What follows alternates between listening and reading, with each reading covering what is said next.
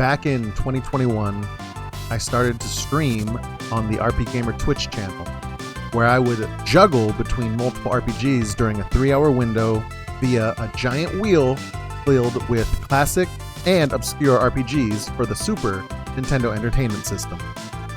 It was hectic, it was chaotic, it got messy at times, but eventually I started beating games during my stream. I wanted to put pen to paper and classify these games based off how well I enjoyed them, how good they are compared to other SNES RPGs, and if I would ever want to replay these games again. With that said, let's get to the first game I ever beat on my retro stream. Ys 3, Wanderer from Ys.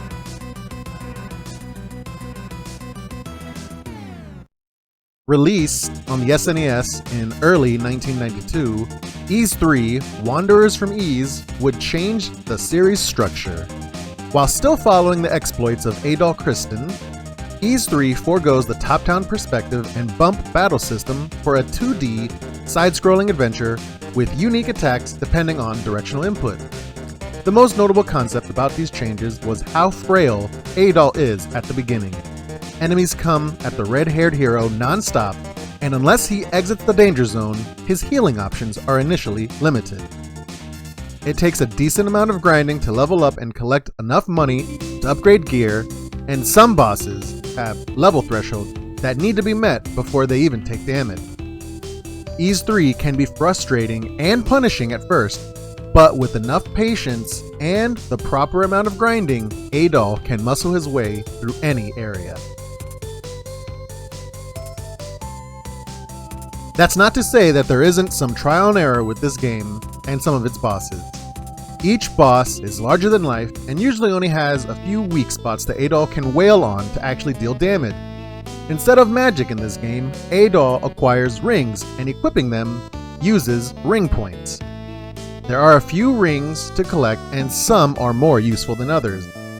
These rings are lifesavers during boss fights, and it is recommended to save all Adol's ring points for the major battles.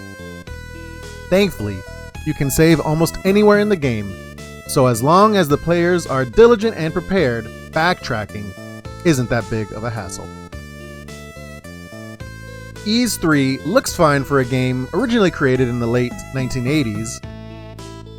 Adol's iconic red hair and armor stand out, but every other character in the game is noticeably less detailed. The story is simple, if not a tad shallow.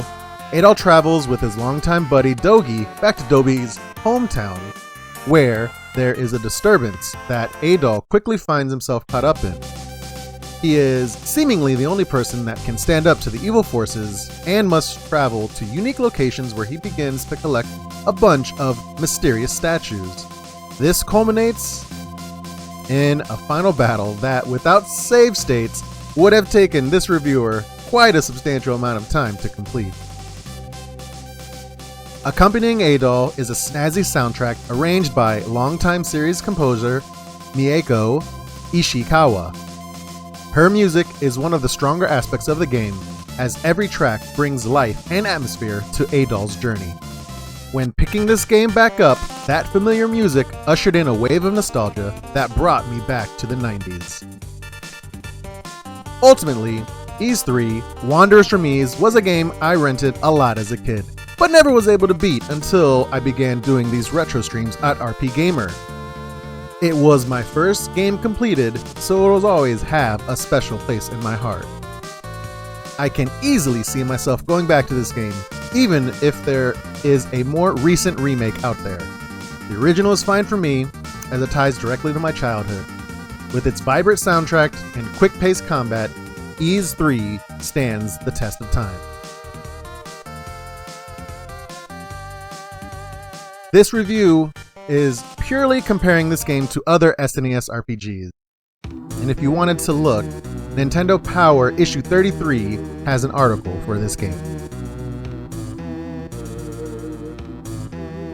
RPGamer scored this game a 3.5 out of 5.